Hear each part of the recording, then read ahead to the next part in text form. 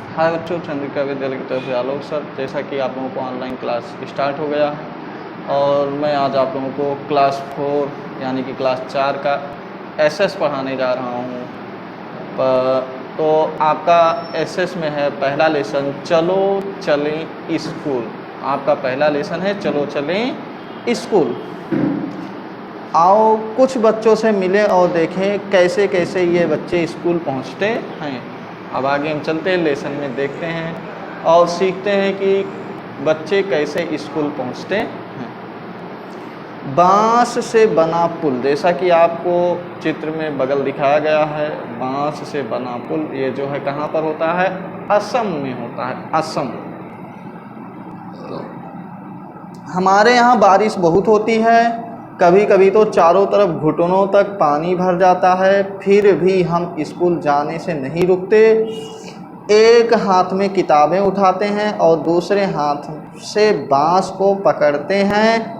हम जल्दी जल्दी बांस और रस्सी से बने पुल पार कर जाते हैं, जैसा कि आपको चित्र में दिखाया गया है। देखिए तो ये क्या करते हैं, यहाँ पर बारिश बहुत ज़्यादा होती है और ये बच्चे एक हाथ से बुक पकड़ते हैं और दूसरे हाथ से बांस पकड़ते हैं और उससे जो रस्सी बंधी होती है उसको पकड़कर इस जल्दी जल्दी चले जाते हैं। तो आइए, कुछ ईंटें लो, इन्हें किसी खुली जगह पर सीधी लाइन में रखो, जैसा कि आपको चित्र में दिखाया गया है। अब इन पर चलने की कोशिश करो। क्या यह आसान लगता है? क्या आपको ये चलना आसान लगता है? अपनी टीचर की मदद से 4-5 बांसों को बांधकर एक छोटा सा पुल बनाओ, उस पर चलकर देखो तुम्हें कैसा लगता है। गिरे तो नहीं, कई बार चलोगे तो आसान लगने लगेगा। तो आप पुल बनाओगे, एक बार चलोगे, 2 बार चलोगे तो उसमें आपको कंफर्टेबल महसूस नहीं होगा। उसके बाद जब आप रेगुलर लगातार चलते रहोगे तो आप उस पर आसानी से चल पाओगे। जूते या चप्पल पहनकर पुल पर चलना ज़्यादा आसान होगा या नंगे पैर? तो आप उस पर चलोगे तो ये नंगे पैर भी चलना है, जूता या चप्पल पहनकर चलना है, तो आपको पता चलेगा कि जूते चप्पल पहनकर चलना आसान होता है या नंगे पाँव चलना आसान होता है। उसके बाद आपका है ट्राली से, तो ये कहाँ का है? लद्दाख। स्कूल पहुंचने के लिए हमें रोज नदी पार करनी होती है, खूब चौड़ी और गहरी नदी। नदी के पार जाती हुई मजबूत लोहे की रस्सी होती है या दोनों तरफ से भारी पत्थरों या पेड़ों से कस कर बंधी रहती है। ट्राली लकड़ी से बना झूला है, पुल की मदद से इस रस्सी पर सरकती है। हम 4-5 बच्चे एक साथ ट्राली में बैठ जाते हैं और पहुंच जाते हैं नदी के उस पार। तो ये लद्दाख में है, नदी है और गहरी है, चौड़ी है। तो नदी को पार करने के लिए ट्राली बनी होती है जिसमें से बैठ करके बच्चे पार करके स्कूल जाते हैं। उसके बाद करके देखिए, देखो तो करके देखो में क्या है? चित्र 1 और 2 को देखो, बच्चे कुएं से बाल्टी खींच रहे हैं। क्या दोनों चित्रों में अंतर बता सकते हो? देखो 1 और 2 चित्र दिया गया है, इसमें बच्चे क्या कर रहे हैं? कुएं से बाल्टी खींच रहे हैं। क्या आप इन दोनों चित्रों को देखकर कुछ अंतर बता सकते हो?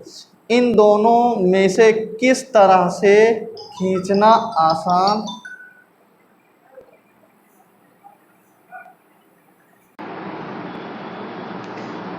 तो बता सकते हैं इन दोनों चित्रों में किस तरह से खींचना आसान होगा? पुली या घिरनी के साथ या बिना पुली के? तो आपको इन दोनों चित्रों में देखकर बताना होगा कि इसमें किससे खींचना पानी आसान होता है। अगर जब हम डायरेक्ट खींचते हैं तो उसमें आसान नहीं होता। चित्र 2 में पुली के माध्यम से खींचेंगे तो उसमें पानी निकालना आसान होता है। आप अपने आसपास देखो, तुम कहाँ कहाँ पुली का प्रयोग देखते हो, उनकी सूची बनाइए। तो आप अपने आसपास देखना है कहाँ पर पुली का प्रयोग होता है, उसकी सूची बनाना है। तुम भी चरखी या खाली धागे की रील से पुली बनाकर कुछ सामान उठाने की कोशिश करो। जैसा कि चित्र में दिखाया गया है, एक पुली बना करके धागे के माध्यम से ईंट को उठा रहे हैं। आप भी ऐसे कुछ प्रयोग कर सकते हैं। उसके बाद है अगला,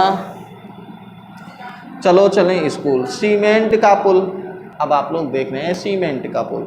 हमें भी कई बार कई जगह पानी पार करना पड़ता है, तब हम भी पुल से जाते हैं। ये सीमेंट, ईंटों और लोहे के सरियों से बने होते हैं। देखो पुल पर चढ़ने उतरने के लिए सीढ़ियाँ भी हैं। जैसे कि पुल दिखाई पड़ रहा है, कहीं पर भी ऐसे पानी भरा होता है, जैसे नहर हो गया और नाले होंगे गंदे, तो वहाँ पर क्या होता है, जो पुल बना होता है जो ईंट, सीमेंट और लोहे की सरियों से बना होता है।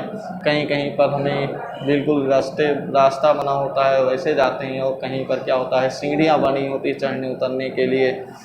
तो आइए हम देखते हैं यह पुल बांस के बने पुल से किस तरह अलग है। आपने ऊपर बांस का पुल देखा है और ये पुल है, तो यह किस तरह अलग है, तो आप देख सकते हैं और बताइए। अंदाज लगाओ इस पुल को एक समय पर कितने लोग पार कर सकते हैं। और आपको ये देख कि इस पुल को पर कितने लोग चल करके पार कर सकते हैं। ठीक, अंदाज लगाओ इस पुल को एक समय पर कितने लोग पार कर सकते हैं।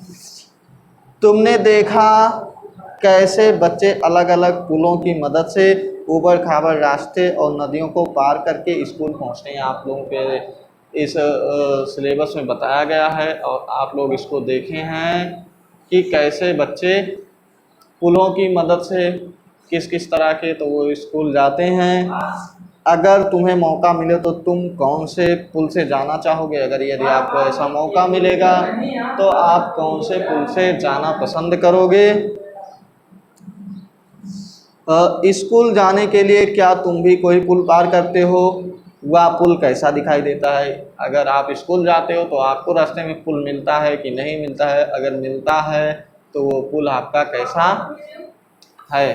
ठीक, तो ये अंदाज लगा सकते हैं। अपने दादा दादी से पता करो कि उनके बचपन के समय में पुल कैसे होते थे, और अपने दादा दादी से पता करना है आप लोगों को कि उस समय पुल कैसे होते थे। ठीक, उसके बाद है अपने आसपास किसी पुल या पुलिया को देखो और उसके बारे में कुछ बातें पता करो। जैसा कि आपको अपने पुल आसपास में पुल को देखना है या पुलिया को देखना है, तो उसमें कुछ बातें आप लोगों को पता करनी है। चलिए आते हैं हम टॉपिक पर। वह कहाँ बना है, पानी पर, सड़क पर, पहाड़ों के बीच या कहीं और। आपको उसको देखना है वो कहाँ पर बना है। ठीक, पानी पर है या सड़क पर है या पहाड़ों के बीच बना है, आपको ये पता करना है। अब उसके बाद दूसरा, पुल को कौन कौन पार करता है। लोग ही जाते हैं या जानवर और गाड़ियां भी जाती हैं। तो उस पुल पे कौन कौन जाता है। लोग ही पार करते हैं कि जानवर गाड़ियां सब पार करती हैं।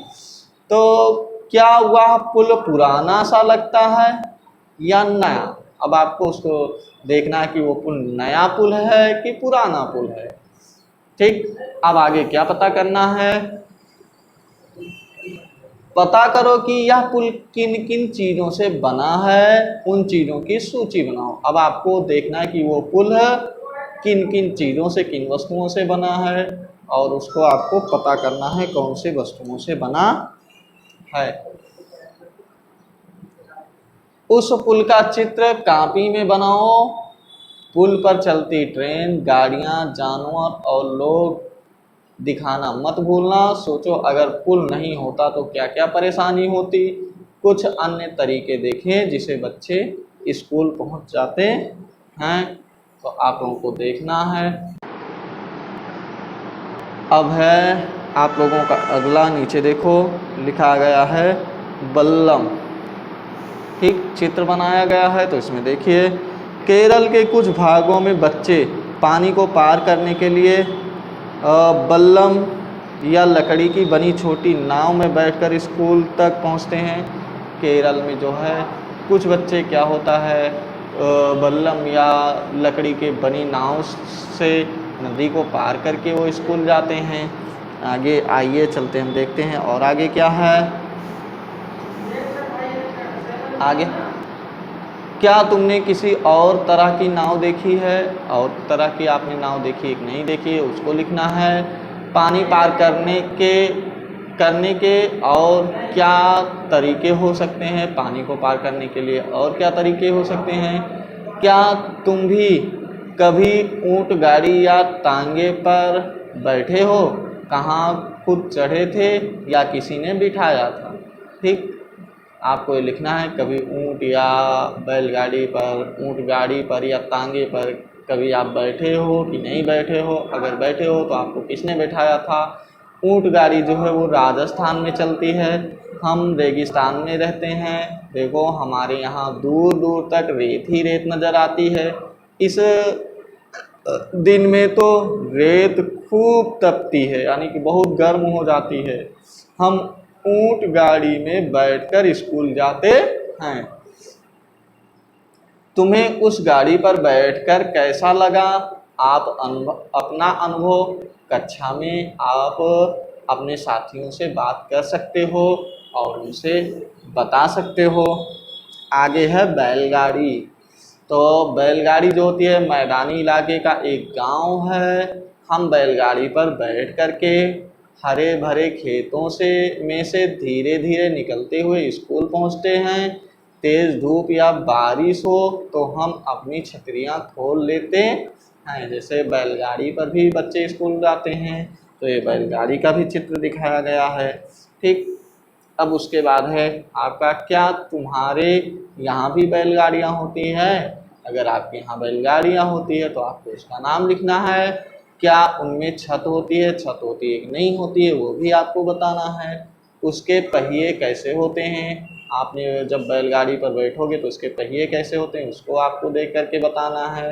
बैलगाड़ी का चित्र कॉपी में बनाओ और जिस बैलगाड़ी पर आप बैठे होंगे उसका चित्र आप अपनी कॉपी में बनाना है। साइकिल की सवारी, और ये जो साइकिल की सवारी है ये किस क्षेत्र में होती है, कहाँ पर होती है, इसके बारे में अब आपको अगले नेक्स्ट वीडियो में डिटेल से पढ़ाया जाएगा और बताया जाएगा। अभी आज के लिए इतना ही, और सभी बच्चों से निवेदन है कि वो बुक खरीद लीजिए और ऑनलाइन क्लास का आनंद लीजिए। धन्यवाद।